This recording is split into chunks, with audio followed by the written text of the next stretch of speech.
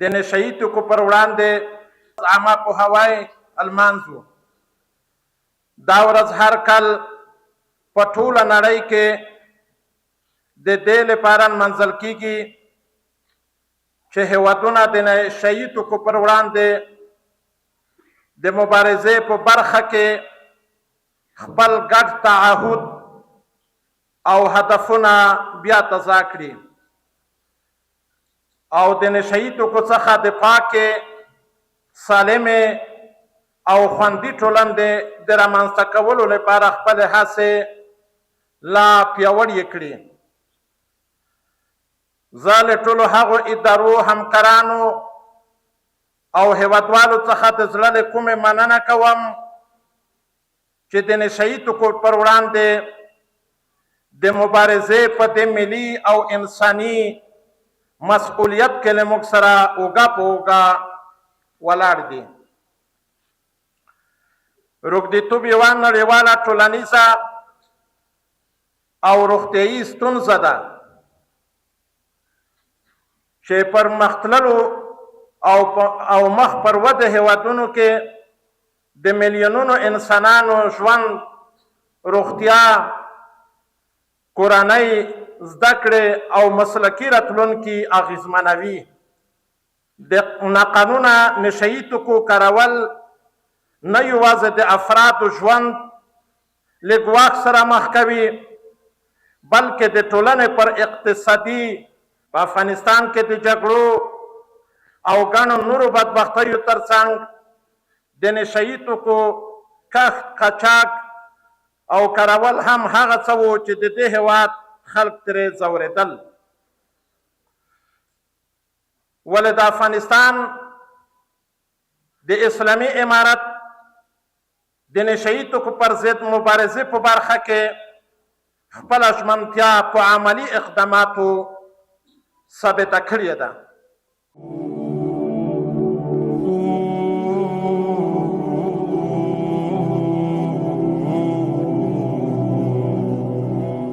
د 2023 کال د کرنیز فصل له پیل سره د افغانستان اسلامي امارت زعیم علي قدر امیر المؤمنین حفظه الله تعالی د فرمان پر بنسټ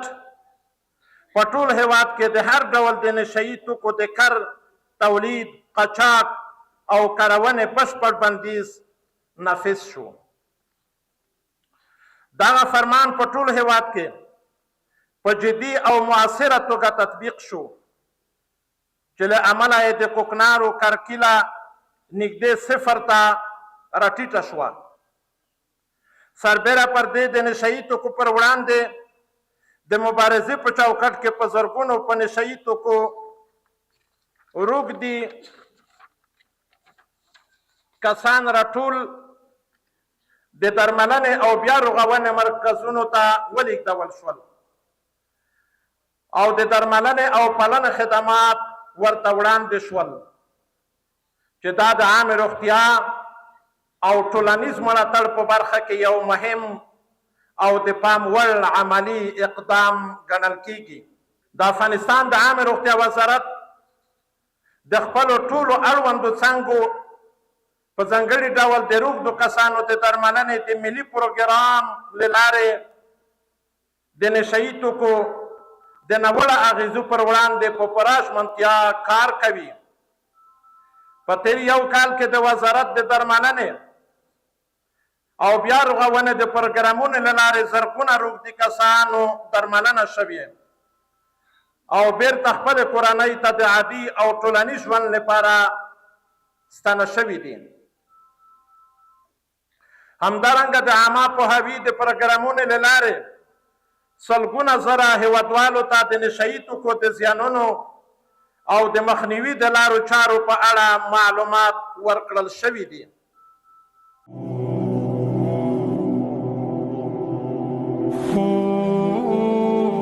د عامې روغتیا وزارت ژمن دی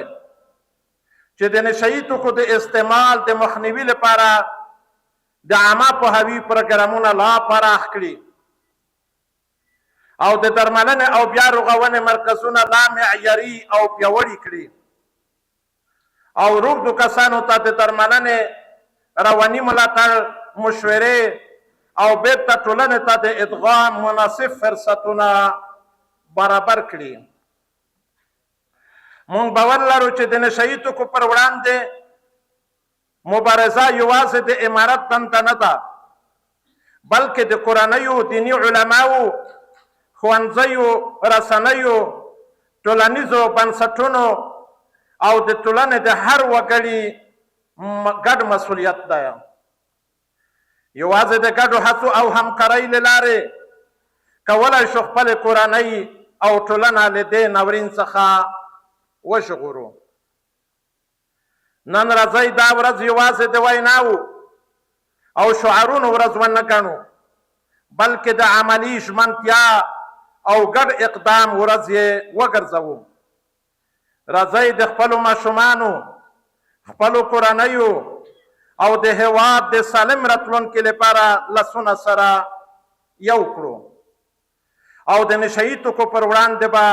ګډه مبارزه وکړو. په پای کې د الله تعالی لوی دربار ته دعا کوم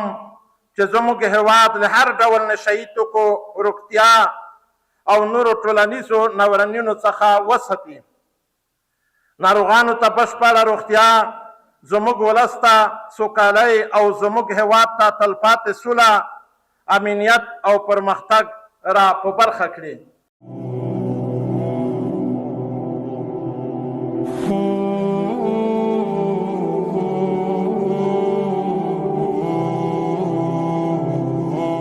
دا مجلس او په دې مجلس کې مطرح شوي موضوعات او د دې مجلس په مټ باندې ملت او دنیا ته چې کوم پیغام ورکول کیږي، دا ټول سلسله پر سلسله باندې په خپل خپل قدر و منزلت باندې د اهمیت حامل او کم مقطع زمانی چې د دې مجلس د تدویر د پاره اختیار شوی ده، دا وقت و زمان وخپلو هر اړخیز اهمیتونو ته په کتلو سره د اهمیت حامل. کمی ویناوي چې د دې سټیج په مټ باندې تاسو ته رأسا ملت او بین المللي جامعاتو ته عموما د دې سټیج څخه وړاندې کیږي، هغه هم باید ډېر په ناب تول د اهمیتونو په کتلو، ضرورتونو په ایجابولو، مشکلاتو ته په کتلو، انتظاماتو او تدابیرو ته په کتلو سره داسې میسیجونه، داسې پیغامونه هم ملت او هم نړیوالې جامعې ته وړاندې کړل سي، تر څو دواړه جامعات، دا وړه جامعه د ملت او لویه جامعه د نړۍ،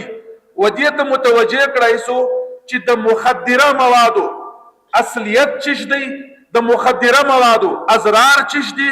د مخدره موادو تنوع کوم دی، د مخدره موادو د پاره کم مخفي او ظاهري ښکاره قوتونه لاس په کار باندې دي چې هغوی د جامعې د تخریب د پاره د مخدراتو په مختلفو انواعو باندې د تکثیر کوشش کوي، د جامعې د بشري جامعې د تذلیل کوشش کوي، د بشري جامعې څخه د شرافت د اخیستلو کوشش کوي، د بشري جامعې څخه د اتحاد او اتفاق فکری او عملی یول د محو کولو کوشش کوي. لہذا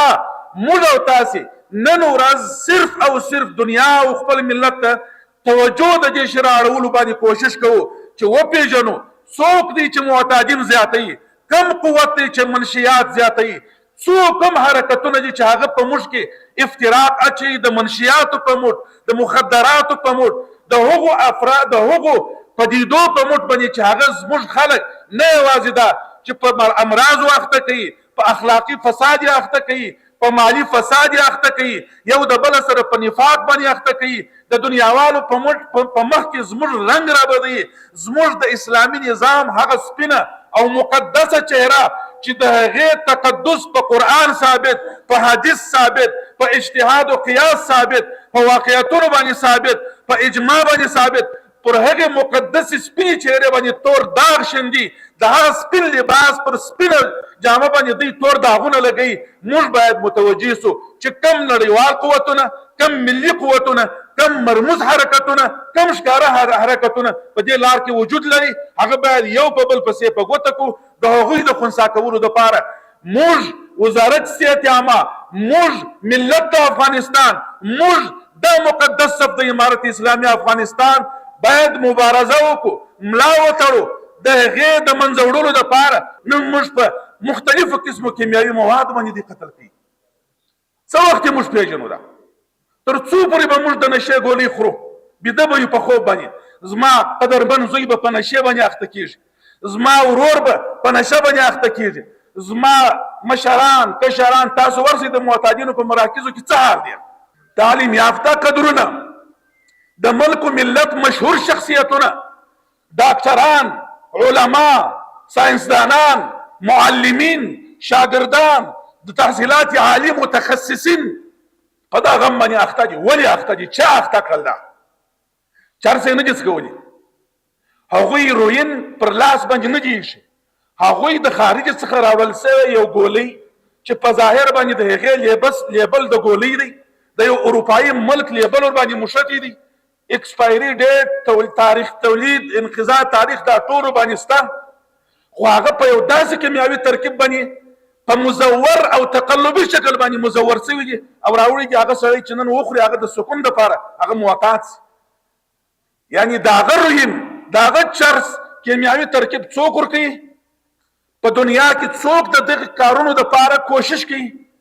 ادرسونه ټول معلوم دي نو راسئ چې دغو حقیقتونو ته په کتلو سره یو د بله لاس یو کو دا یو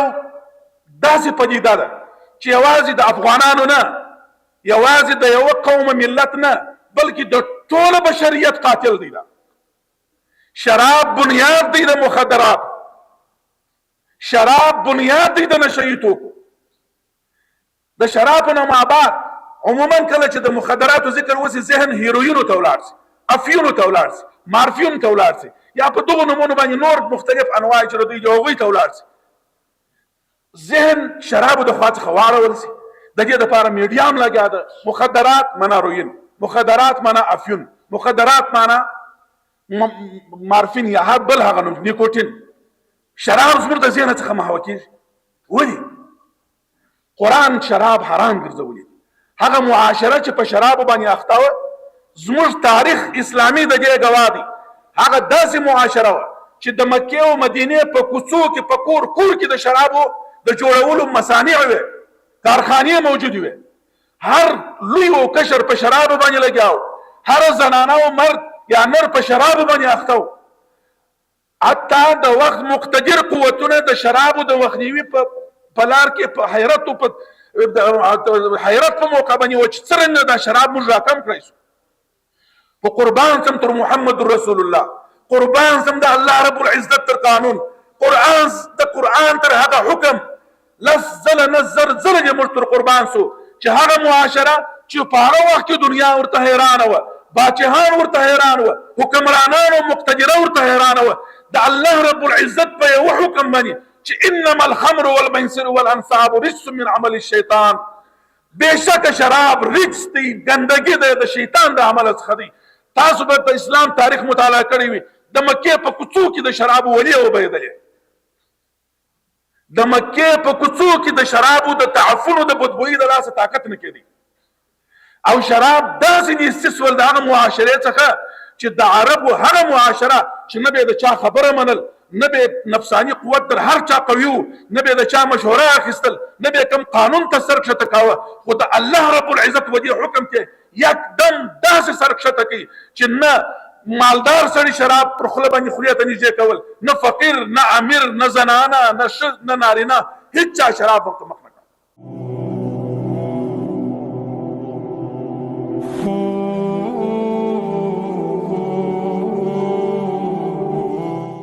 اعتیاد یو بدمرغه فاجعه ده په دې ټول پوهیږو په نړۍ کې په سلګونه میلیونونه انسانان په دې فاجعه یا بدبختۍ باندې اخته دي او په دې 21م قرن کې د دې ټکنالوژي د پرمختګ باوجود د نړۍ پرمختللي هیوادونه هم ډېرې په دې نه دي توانېدلي چې دا په خپل هیوادونو کې کنټرول کړي یا زموږ ستاسو هیواد داسې یو هیواد دی چې 40 کاله له جنګونو نه راوتلی، فقر، بیکاري، دا هغه عوامل دي چې د نن نه 4 کاله یا 5 کاله دمخه چې کومې ډیټاګانې موږ سره وي، د چا خبره په میلیونونو معتادین موږ لرل. خو له نیکه مرغه په تېرې 4 کلونو کې د عامې روغتیا وزارت د مشرتابه او په ټوله کې د افغانستان د اسلامي امارت مشرتابه د تعهد له برکته دا ګراف ورځ تر بلې ټیټېدو دی، او اوس موږ په هغه مرحله کې یو چې د پخوا په نسبت په کافي د دې ناروغانو په شمېر کې په کموالي کې قرار لرو. د دې ناروغانو د درملنې لپاره د عامې روغتیا وزارت له نیکه مرغه په ټول افغانستان کې د افغانستان په 40 ولایاتو کې موږ د دې ناروغانو د درملنې لپاره خدمات لرو، مرکزونه لرو، روغتونونه لرو. موږ په ټول افغانستان کې نږدې 80 روغتونونه لرو چې دغه ناروغان پکې درملنه کوو. د دې 80 روغتونونو له جملې نه 14 هغه روغتونونه دي چې په هغه کې موږ زنانه او کوچنیان دا د هغو دپاره اختصاص شوي، 9 روغتونونه د نوي ځوانانو دپاره دي او باقي 45 هغه روغتونونه دي چې موږ د لویانو لپاره اختصاص کړي دي. او په دې کې له نیکه مرغه اوس موږ په هره د تداوۍ په دوره کې چې نږدې د 45 ورځو نه تر 2 میاشتو وخت نیسي، د 3800 ناروغانو په اندازه باندې موږ د درملنې اوس توان لرو چې په کال کې موږ د 45,000 ناروغانو په اندازه د درملنې توان لرو. دا زموږ یو بېساری پرمختګ دی. د ټولنې د عامه پوهاوي یا د عامه پوهاوي د لوړتیا په موخه چې کومې برنامې موږ لرو، له نیکه مرغه موږ اوس په کال کې د 3,80,000 کسانو لپاره د عامه پوهاوي یا د دوی د عامه پوهاوي د لوړولو ظرفیت او وړتیا لرو. د دې په څنګ کې په راتلونکو پلانونو کې چې د عامې روغتیا وزارت کوم موږ پلانونه لرو، د دې مرکزونو د امکان په صورت کې او د اړتیا په صورت کې د دوی د ظرفیت لوړونې پلانونه هم لرو چې په ځینو برخو کې روان دي. همدارنګه د دوی په کوالټي یعنی کیفیت د دې خدماتو په لوړونه کې هم کافي برنامې موږ په مخه لرو او کار ورباندې روان دي. د دې په څنګ کې د کارمندانو په ظرفیت لوړونه باندې هم ځکه که چېرته دغسې ناروغان موږ تداوي کوو، واضح خبره ده چې دغه د چپن سفیدانو د برکته به کېږي. د دوی د ظرفیت لوړونې دپاره هم کافي برنامې لرو. بالاخره د نورو اداراتو سره په دې مو کار کړی دی او بیا هم کار کوو چې تر څو د دغې ناروغانو په ادغام کې چې تر څو دوی په ټولنه کې مدغم شي او دوی ته حرفوي کارونه او دا زده کړې برابر شي، دې باندې هم موږ کار کوو او کافي پرمختګ په دې برخه کې لرو. زموږ او ستاسو په ټولنه کې د دغسې ناروغان چې موږ او تاسو سره مخ کېږو، دا باید د شرم خبره نه وي، دا یو مریض وګڼو او د شکه پرته دا مریضان دي او دوی سره د یو مریض برخورد وشي، د دوی لاسنیوی وشي او بالاخره دوی تداوي شي او بالاخره دوی بېرته ټولنې ته وړاندې شي. معتادینو یا د دغسې ناروغانو درملنه یوه خبره غواړم چې اضافه کړم، دا یوازې د حکومتونو یا د روغتیا سیستمونو د روغتیا د وزارت کار نه وي، دا د ټولو هیوادوالو او د ټولو اداراتو یو ګډ ملي انساني او اسلامي مسؤلیت دی. په همدې پار د علماو کرامو نه، د مکتبونو او د پوهنتونونو د محترمو استادانو نه، د قومي مشرانو نه او بالاخره د رسنیو همکارانو نه هم زموږ دا هیله ده چې په دې کې موږ سره برخه واخلي او موږ او تاسو هغه هدف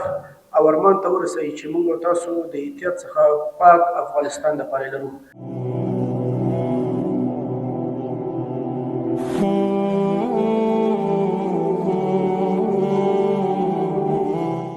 دا ورځ موږ ته را یادوي چې نشهیي توکي یوازې د یو فرد ستونزه نه ده، بلکې د کورنۍ، ټولنې او هیواد د روغتیا، امنیت او پرمختګ لپاره یو جدي ګواښ دی. د عامې روغتیا وزارت د روږدو کسانو د درملنې ملي برنامې ریاست ژمن دی چې د روږدو کسانو لپاره با کیفیته انساني او اغیزمن درملنې ته لاسرسی پراخ کړي، د بیا روږدیتوب مخه ونیسي او د عامه پوهاوي له لارې زموږ ځوان نسل د دې ستر خطر څخه وژغوري. موږ باور لرو چې د نشهیي توکو پر وړاندې مبارزه یوازې د یو وزارت یا یوې ادارې دنده نه ده، بلکې د حکومت، نړیوالو شریکانو، دینی عالمانو، رسنیو، کورنیو او د ټولنې د ټولو غړو ګډ مسؤلیت دی. راځئ چې په ګډه د داسې افغانستان لپاره کار وکړو چې روغ، خوندي او له نشهیي توکو څخه پاک وي. د دې نن ورځې د راټولېدو اغراض، مقاصد او اهداف دا دي چې د نشهیي توکو د زیانونو په اړه د خلکو پوهاوی لوړ کړل شي او د اعتیاد مخنیوی وشي. له روږدو کسانو سره تبعیض له منځه وړل او هغوی د ناروغانو په توګه باندې منل او تسلیمول. د نشهیي توکو د مخنیوي او د درملنې خدمتونه د علمي معیارونو له مخې پیاوړي کول. د کورنیو او ټولنې ونډه د نشهیي توکو په مخنیوي او د روږدو کسانو په درملنه کې زیاتول. د نشهیي توکو د مخنیوي او درملنې لپاره ملي او نړیواله همکاري او همغږي پیاوړي کول. د عامه روغتیا وزارت د روږدو کسانو د درملنې ملي برنامې ریاست د معتادینو د تداوی په بخش کې کافي لاسته راوړنې لري چې د هغې د جملې څخه په تیر یو کال کې له 45 زره زیات ناروغانو درملنه شوې او سالم کورنیو ته سپارلی شوي. 300 زره څخه زیاتو تنو ته عامه پوهاوی ورکړل شوی او له 4 زرو څخه زیات ناروغانو حرفوي زده کړې بشپړې کړي او اوس په خپلو کارونو بوخت دي. په سلګونو کارکوونکي دا روزل شوي او هغوی ته د ارتقای ظرفیت په بخش کې کافي زده کړې ورکول شوي. د افغانستان اسلامي امارت د عامه روغتیا وزارت ژمن دی چې د نشهیي توکو د مخنیوي پروګرامونه پیاوړي کړي، د درملنې خدمتونه پراخ کړي او د بیا رغونې ملاتړ وکړي. موږ ژمن یو چې د نړیوالو شریکانو سره په ګډه د نشهیي توکو پر ضد مبارزه وکړو او د ناقانونه موادو عرضه کمه کړو. زموږ لید روښانه دی، داسې راتلونکی چې زموږ ماشومان د اعتیاد د سیوري څخه لرې لوی شي. زه له ښوونکو، والدینو، دینی عالمانو او د ټولنې د مشرانو غوښتنه کوم چې د پوهاوي په خپرولو کې لاسونه سره ورکړي. راځئ چې خپل ځوانان د زده کړې فرصتونو او هیلو په لور رهنمایي کړو. هغوی ته یادونه وکړو چې ژوند دی ارزښتناک دی، خوبونه قیمتي دي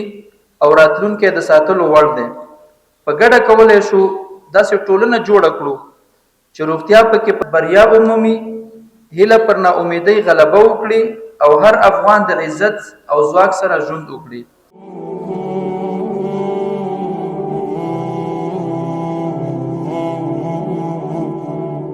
من مدت 45 روز میشه که در شفاخانه جنگلک تحت درمان تداوی است. از اینکه معتاد شدیم 5 سال میشه که از معتادیم.